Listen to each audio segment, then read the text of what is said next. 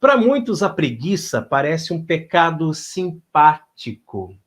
E olha que uma vez eu vi até um meme, eu estou tentando me lembrar aqui, eu sou bem ruimzinho de memória, né? Mas era um memezinho que dizia assim que a preguiça era o menor dos pecados, porque quem dorme, né, não peca. Já vi Era uma isso coisa também. mais ou menos assim, né? Mas será que a gente pode tratar a preguiça assim como uma coisa tão pequena, como um pecado simpático, né? E até mostram para a gente cenas engraçadas do cotidiano, né? Que, por exemplo, a licença para ativar o modo soneca do celular, né? Modo soneca do celular. O que significa modo soneca do celular? Você tem que acordar 6 horas da manhã para ir trabalhar, né? Aí você vai lá e ativa o modo soneca. Aí ele toca às 6 horas, depois ele toca às 6h05, depois ele toca às 6h10, 6h15, e você fica protelando a hora de você acordar, né? Então, o modo soneca do celular deve ter sido criado por um preguiçoso. Quem teve a grande ideia de criar isso deve ter sido um preguiçoso. E as pessoas que usam esse modo soneca, desculpa falar se você usa, mas é um preguiçoso também, né? Porque você tem que ter uma determinada determinação, como dizia Santa Teresa. Se você colocou o seu celular para acordar às 6, é às 6. Tocou às 6, pula da cama às 6. Se você colocou às 7, é às 7. Tocou às 7, pula da cama às 7. Não é colocar às 6 e daí mais uma sonequinha de mais 5 minutos, e mais 5 minutos, e mais 5 minutos. E o Raiman, quando ele fala isso, ele faz exatamente isso, tá, gente? Exatamente. Se o celular dele toca no horário, nem alguns segundos a mais ele não espera. É um salto, ele né? Já pula da cama mesmo. Isso quando eu não acordo assim, às vezes 5 minutos antes de tocar, e daí eu já pulo e já desprogramo para não tocar, para não me incomodar, e já vou fazendo as coisas, porque realmente, né, esse modo soneca aí é uma piada, né? A outra coisa é a corrida de um funcionário atrasado para o serviço, né?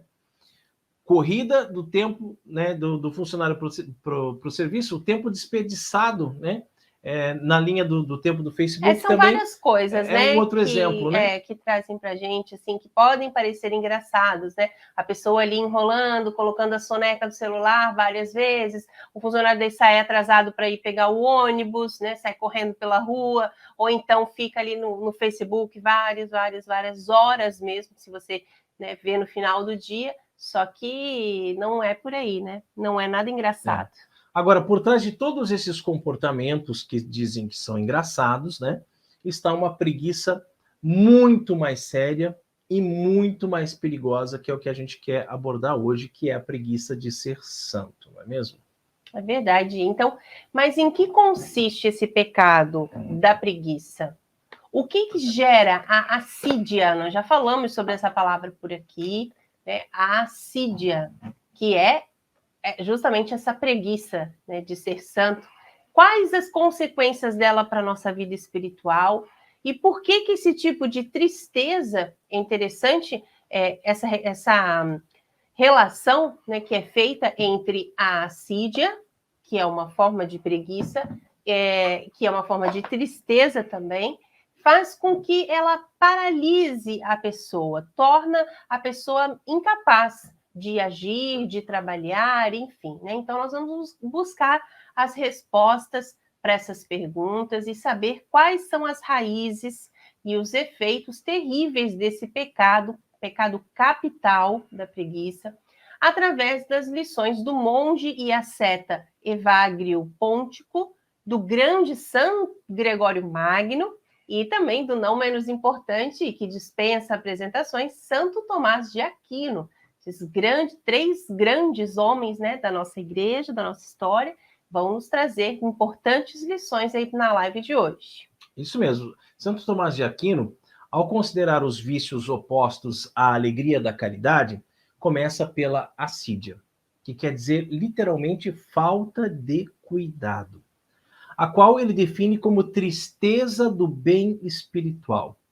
A assídia nada mais é do que uma amargura que se abate sobre a pessoa quando ela considera o projeto de santidade que Deus tem para si. Tá? No começo até sente entusiasmo com a pregação das virtudes e a vida dos santos, mas quando tem que aplicar em si as verdades divinas, se deprime e fica desanimada, triste pela grandeza das exigências da vida cristã. Então, o que significa isso, gente?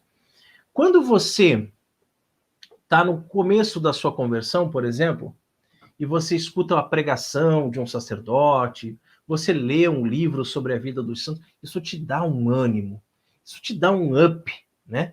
Você quer ser santo, você quer buscar aquelas virtudes, você diz, santo fulano de tal conseguiu, eu também quero conseguir, eu também quero ser santo. Você tem, assim, uma disposição para lutar para ser santo. E essa disposição para lutar para ser santo, ela não pode parar. Ela não pode esmorecer, né? Ela não pode ser fogo de palha, como a gente costuma dizer. Infelizmente, a gente vê muito fogo de palha dentro da igreja. A pessoa vai para um dia de louvor, vai para um encontro, vai para um retiro, vai para um acampamento, chega em casa, nossa, agora eu mudei de vida, agora eu sou de Jesus, aí ele quer converter o pai, quer converter a mãe, quer converter os irmãos, ele quer mudar o mundo. Mas em pouco tempo, esfria.